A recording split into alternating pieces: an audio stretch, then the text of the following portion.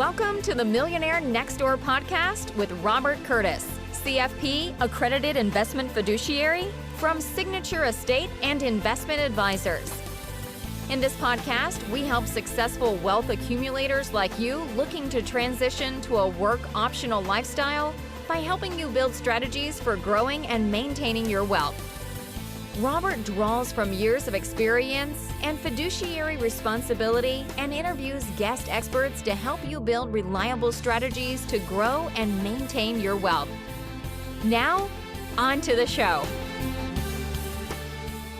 In his last episode, Robert took a look back. This time around, he's going to take a look forward. I'm Patrice Sikora. And Robert, 2023, can't believe it, but it's here. And what are you thinking about? Sure. Yeah, I can't believe it either, but ready or not, here it is. True. Contrary to the old cliche, time is money. I mean, time is not really money. Time is more valuable than money. You can earn more money, but you certainly can't earn more time. Mm-hmm. So, time is far more important. Wealth creation is really the best antidote to poverty, in my opinion. And boy, I heard an interesting discussion, really got me thinking, just to shout out to another podcast I listened to. There's a gentleman named Andrew Huberman. He has a Huberman Lab podcast. He's a professor of neurobiology and ophthalmology at Stanford School of Medicine. But he had a whole podcast last month about happiness. I mean, who wouldn't be interested? But really what's going on in the brain, in the body, at all kinds of levels, from your hormones to just everything, your exercise, your sleep. I'd encourage you to check that out. If you want to get really good into science, by a guy who explains it really well. But I'm sorry, that's Huberman, Huberman? Yeah. Okay.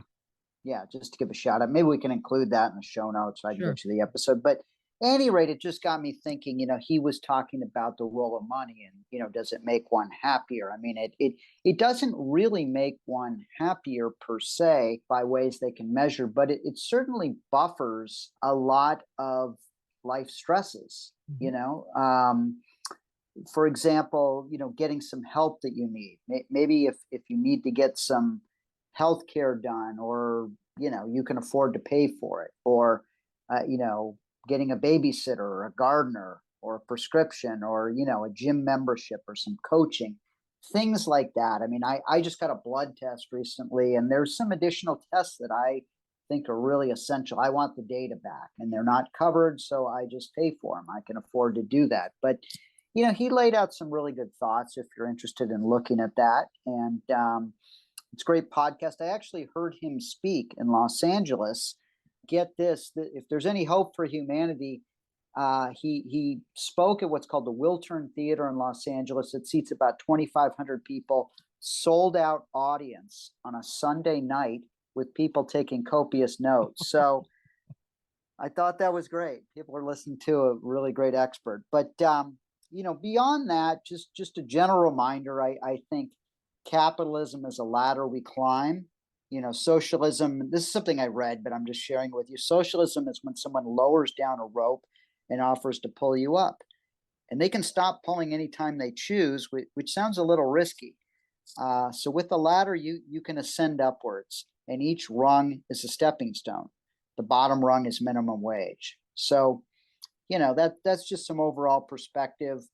Abraham Lincoln suggested if you have 6 hours to cut down a tree, you should invest a big chunk into that in sharpening your axe, not just cutting the whole time. Yeah. So everyone you meet will either be a fountain of optimism or a drain of negativity to varying degrees.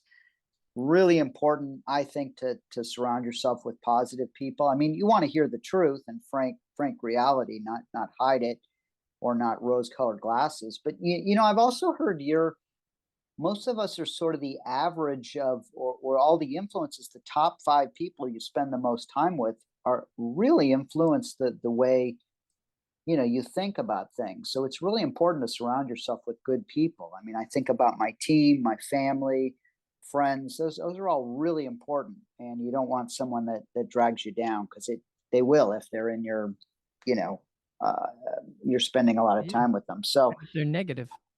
They're negative. Yeah. So I've been doing this 25 years now, so it's not just 1 year of experience 25 times. It's been an ascending progression that has built upon itself through periods of calm, moderate fluctuations, and intense volatility. The goal of my process is to create an impeccable client experience while achieving liberation and order in a client's personal life. So I'm always striving to add and find the multiplier in all relationships. Constant refinement. You've got your process, you're constantly working on that, you're working on yourself. Tell me more. Yeah, yeah. I just love the idea of being a better version of yourself on a regular and recurring basis within, realistic constraints. But that to me, that's very, very exciting. Alvin Toffler, the author of Future Shock, recently wrote about what he called the new illiterate. And this has nothing to do with the ability to read or write, but rather the inability to break old patterns, to learn and relearn and unlearn. So, not being set in your ways and defending it with, we've always done it this way, ensures that we'll constantly refine and optimize our current approach while being open to expanding. And I have to say, with all the technology around that, I find that very interesting because I find I'm constantly having to relearn something or learn something in a new way because of all the technology. Right. Yeah, that's a biggie, right? Being forced to adapt. Sometimes it's great. Some people find that stressful. But yeah, there's always, that's why I reference this Huberman. He's right on the cutting edge of neurobiology. And he's very fortunate. He can speak. He's kind of a rock star in the science world. I mean, I'm speaking off, the cuff a little bit here, but a lot of these folks at these big universities do not have the freedom to speak the way they like because of funding, or the university doesn't want to get involved. He's doing it. So, I mean, he's like, if you don't like it, I'll go to MIT. Yeah. So, but he's providing a really great service, and he's constantly learning. And even some of these things of, within science that we thought were the way it was, sometimes they're finding they're not true at all, or not that they're just discovering new things all the time. So I just find it fascinating. So I'm a huge fan of and really big on self-care as a normal process. But by that I just mean there's this sort of putting the oxygen mask on yourself first, right? If you're on the airplane, Mm-hmm. I mean, they literally instruct you to do that, right? Even if your child or grandchild's next to you, you're not going to be of help too much for too long if you're not taking care of yourself. Right. So, proper sleep. I mean, they're finding sleep is so essential with respect to your immune system and your readiness and your overall health. Obviously, diet, exercise, reducing stress, that kind of stuff. That the reason I focus, obviously, I want to feel good, but I want to be optimized and in the best position, kind of like game day. You're not going to show up for the Super Bowl, sleep deprived and undernourished and not trained and ready. You got to be ready. But I kind of view every day like that. We're a little bit like professional athlete here. So we're constantly training, and the athletes spend a lot of time training and regimen and with rituals before you're just seeing them on the court or on the field, but there's a lot that goes on behind the scenes. So I'm really big on that. I recently traveled last week, a very brief trip just to go visit my son in college. We actually saw a concert together, which was a lot of fun. I probably wouldn't have gone midweek, but he texted me at an extra ticket. He's 20 years old. You go. That many moments when your 20-year-old says, "Hey, Dad, I'd like to do something together." So the travel and stuff was a little bit, travel is stressful, but I have a regimen and I've recovered. But to realize that that's important. I mean, yeah, you're staying up late and there's lights blaring at you and that kind of. It was really a great experience, but paid a short-term price. But I do have a process for getting back in the swing of it. And then I knew there was client calls the next day, and they expect you to be showing up 100%, right? You don't want your doctor to be sleep deprived. I mean, flying the airline, right? They have very strict rules on how many hours these folks should operate. So I try and view it in the same way. And the integrity of balancing service to others along with service to self, Self-care helps me be in a better position to serve others, my clients, my family, friends, those in needs. And, ultimately you can't drink from an empty cup. So it's important to kind of keep rejuvenated because we're literally in a proverbial, ultra marathon here. And you need to learn how to pace yourself. And anyway, those are some thoughts. Great thoughts, great thoughts. But keep going. Don't stop. What else makes you different? What makes you different versus others in this area? Yeah, that's a great question. And as you can imagine, I've been asked that many times. I'm asked that all the time. So, I don't want to oversimplify it, but I think it would come down to our people, our practice, and our process. Our people possess all the credentials you'd expect, and they're passionate about what they do for clients. And we're very good at it, but it doesn't stop there. All of us have adopted a mindset for best practices and standard operating procedures to create a consistent experience. And we take a lot of pride in that. Lastly, there's our process. We've developed and refined a process that puts every piece of the puzzle together and engages every service provider as our clients' lives unfold and needs evolve, ensuring they'll always have a complete picture. So our clients constantly tell us how much they appreciate that. So again, it would really come down to our people, our practice, and our process that set us apart. Okay. And that process, you've mentioned it in many of your podcasts before this. I encourage listeners to go back and listen to those if they haven't already. Tell me some more other interesting areas you've been working on. Yeah. Well, so, certainly estates, dealing with people's estates, continuity, succession planning, investment legacy, and all the dynastic intergenerational issues that are a big part of our process. From an evolutionary standpoint, again, after doing this 25 years, I've seen a lot of clients over that time frame shift from sort of a transaction type mentality into buying into more of a fluid and dynamic Hmm. process. That's what they're looking for, and we deploy that. So when a client plants their flag at their personal summit, I should say, the burden often shifts from will I have enough so that I don't outlive my money to what becomes of my legacy, and will it hurt or help the next generation. They have the rest of their life to live after they sell their business or they retire. So, what will give them purpose? How will the next generation cope with the inheritance? That's an interesting question. Yeah. So, managing second generation found money, it can be very different than managing first generation earned money. Hmm. So sometimes we're dealing with that. They say if you spoil your kids, you'll raise your grandkids, and if you if you raise your kids, you can spoil your grandkids. I mean, there's so many mysteries. So, I mean, I'm also dealing with family businesses sometimes. I mean, most family businesses don't make it through to the second generation, and virtually none make it through to the third.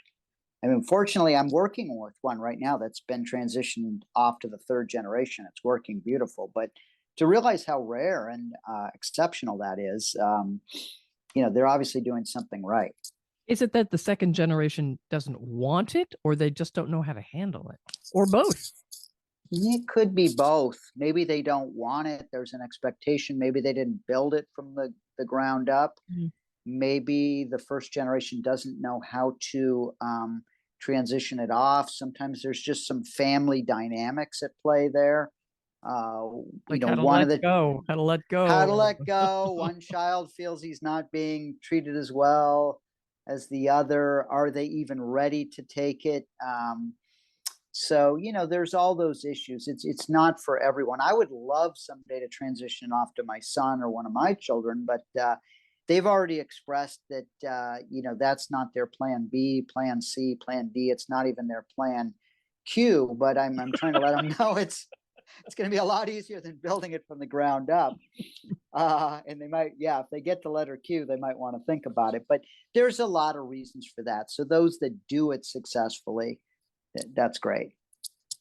All right. As we get close to the end of this time again, Robert, is there anything else you want to go over as we wrap up?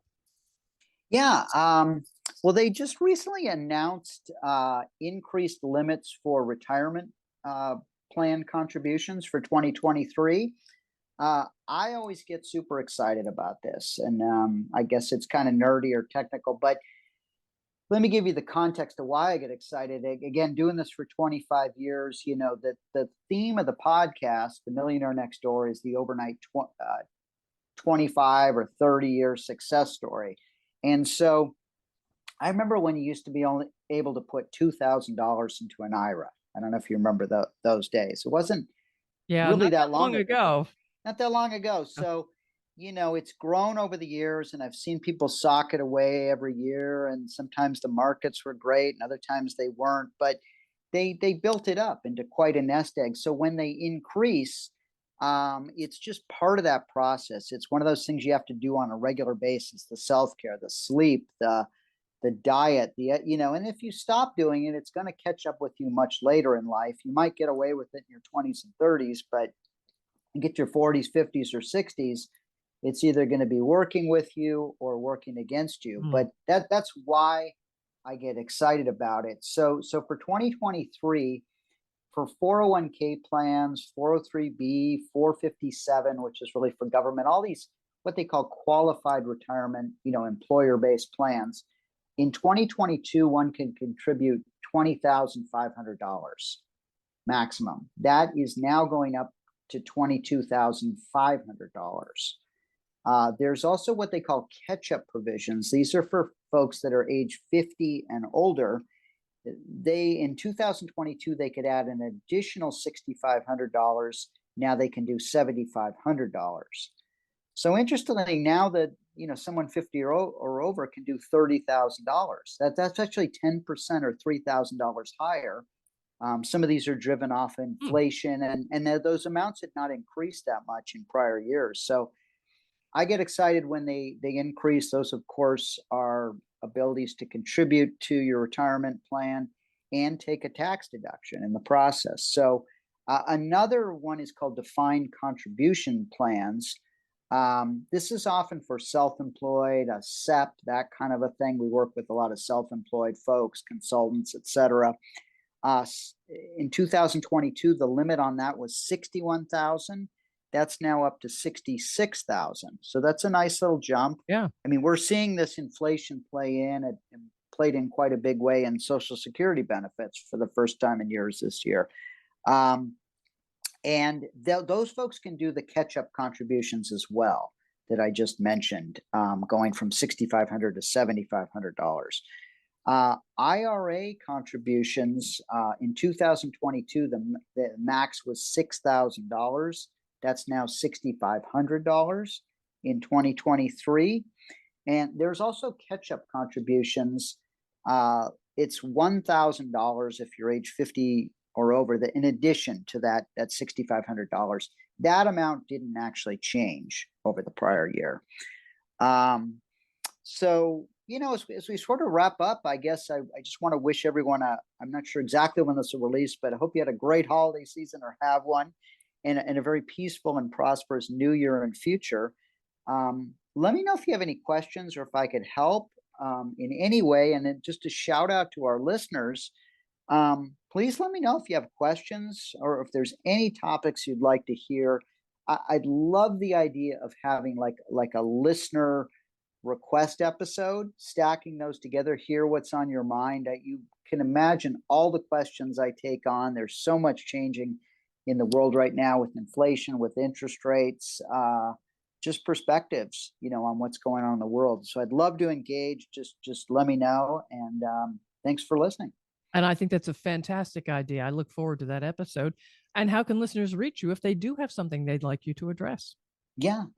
I would say all the usual methods. Just Google me, Robert Curtis CFP, and that should open up a number of things. My LinkedIn page, you can connect there. Probably my Facebook. There's a series of videos, about 15 different videos one can watch. All of my podcasts should be up there. And simply email me, rcurtis, RCURTISS @seia.com. You're welcome to call my office as well if you want to see if we could set up some time. I'm happy to have a conversation if anybody has any burning questions, or just shoot me an email and I'll get back to you. And if you follow this podcast, you will know when your question is addressed by Robert Curtis. So follow it. You'll get all the newest episodes too. And of course, don't forget about the past episodes. They're all great. And share with others you care about. Thanks for being with us. Thank you for listening to the Millionaire Next Door podcast. Click the subscribe button below to be notified when new episodes become available.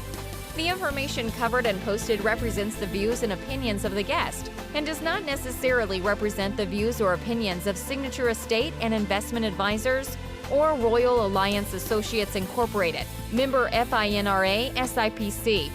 The content has been made available for informational and educational purposes only. The content is not intended to be a substitute for professional investing advice. Always seek the advice of your financial advisor or other qualified financial service provider with any questions you may have regarding your investment planning.